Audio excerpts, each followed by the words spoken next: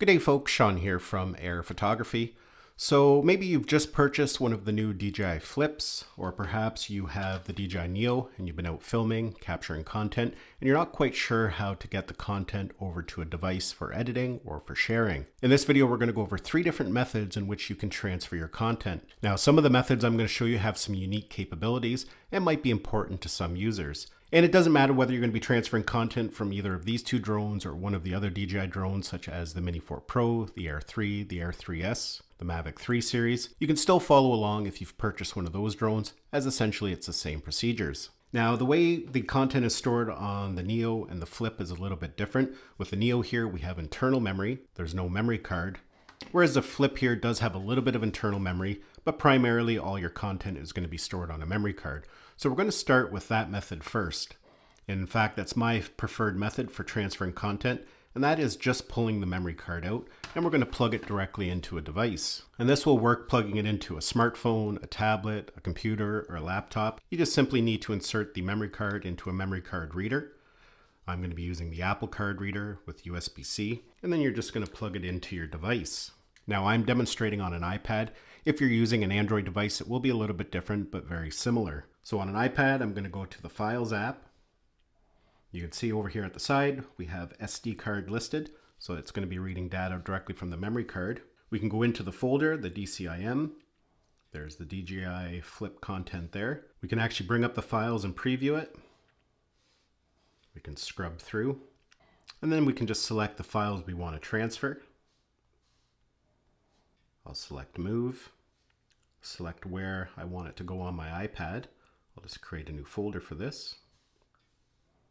And I'll hit copy. So all the content is being transferred from the memory card that we had selected, and it's being copied over to the iPad. So in my opinion, that's the easiest method. Just take the memory card out, plug it into your device, and transfer the content over. And transferring content over in this method works the same way whether you're transferring to a mobile device or to a laptop. Again, you just plug the memory card reader into a laptop or desktop, and you'll be able to access it as a drive and transfer your content over.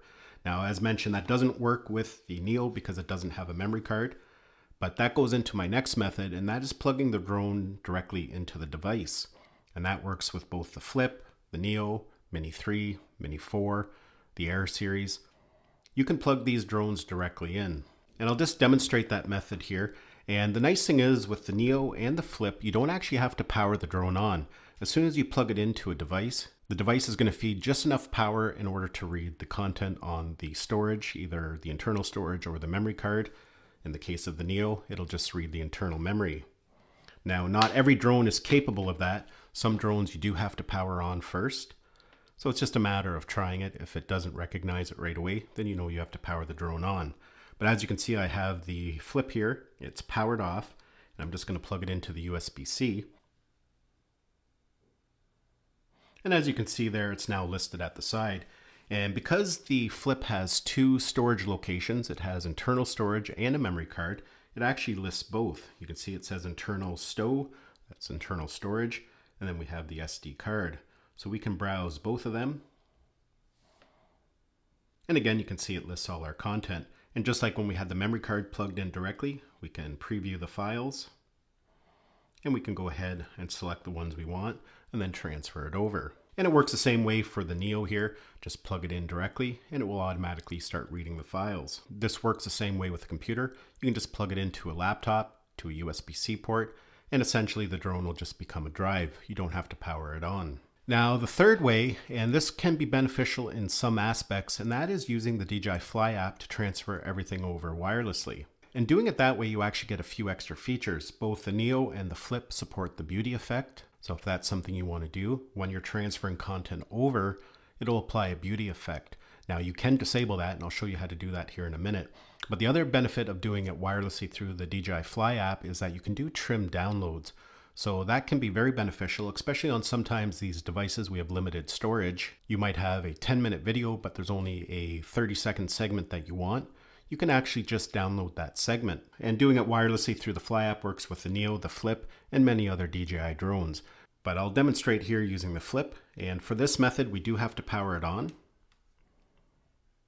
You don't have to unfold it. You can leave it folded up. And this would be the same for the Neo. You just power it on. Once it's fully powered on, we'll launch our DJI Fly app, and we'll wait for the Fly app to recognize the device, and then we'll go ahead and connect to it.